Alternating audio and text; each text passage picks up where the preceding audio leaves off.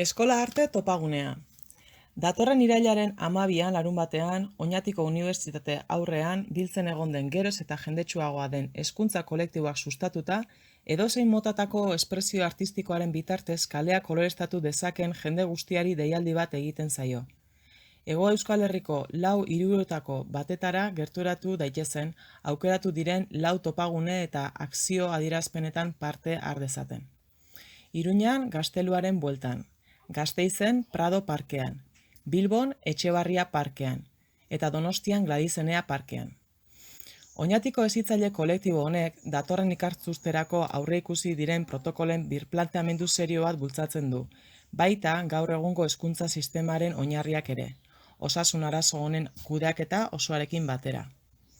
Gizarte osoari zabaltzen zaion gonbidapen hau familia osoei zuzentzen zaie, mundu espresibo artistikoari, euren familia osoarekin agertzeko eskatuz. Mundu osoko herritar burujabeok dugun behar sakon baten erantzuna da, bizitzaren, osasunaren, duintasunaren eta askatasunaren adierazpena eta aldarrikapena. Bereziki garrantzitsua arlo guzti hauetako profesionalok ere agertzea hainune garrantzitsuetan, eskola artera.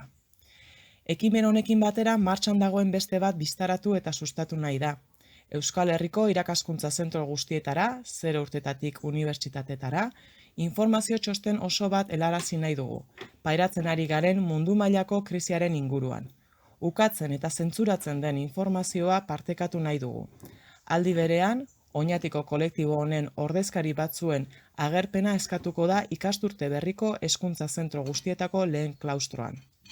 Beraz, inguruan suertatzen zareten artista guztiok eta zeuen familiek aukeraturiko topagunetariko batetara gonbidatzen zaituztegu. Zeuen esku, zeuen beharrizanetara egokitzen den ekipo minimoa. Mundua koloreztatzera gonbidatzen zaituztegu. Antolatzaileak megafonia ekipo arrunt bat jarriko dugu bere mikroarekin.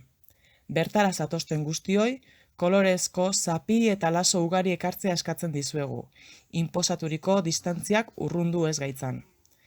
Ekintzaren garapen egokia ziurtatzeko eta notifikatzen duten pertsonak babesteko, martxan diren distantziamendu agindua eta musukoen erabilera onartzea eta errespetatzea nahiztaezkoa izango da. Benetan garrantzitsua azkena ulertzea, horretaz bakoitzak duen iritzia edozein dela ere. Bi arau horiek erabili ditzazkegu gehiikeria zein parodia bidez egoeraren zentzugakeria salatzeko, bai bata zein bestea ohiko tresnak baitira espresio artistikoan. Sormenak beti gailendu izan du konfrontazioa. Bereziki garrantzitsua inolako eztabaida eta gatazkarik saihestea. Helburua ekintza eredugarri eta gogoangarri bat burutzea da. Ekimenaren iraupena ordubete ingurukoa izango da. Beraz, denok gonbidatuak zarete zeuen familia osoarekin batera agertzera. Eremu publikoa aldarrika dezagun, askatasunean, errespetuan, osasunean eta bakean elkarbizitzeko dugun gogoa azpimarratuz. Bakea eta hitza eskatzen dugu. Esna gaitezen.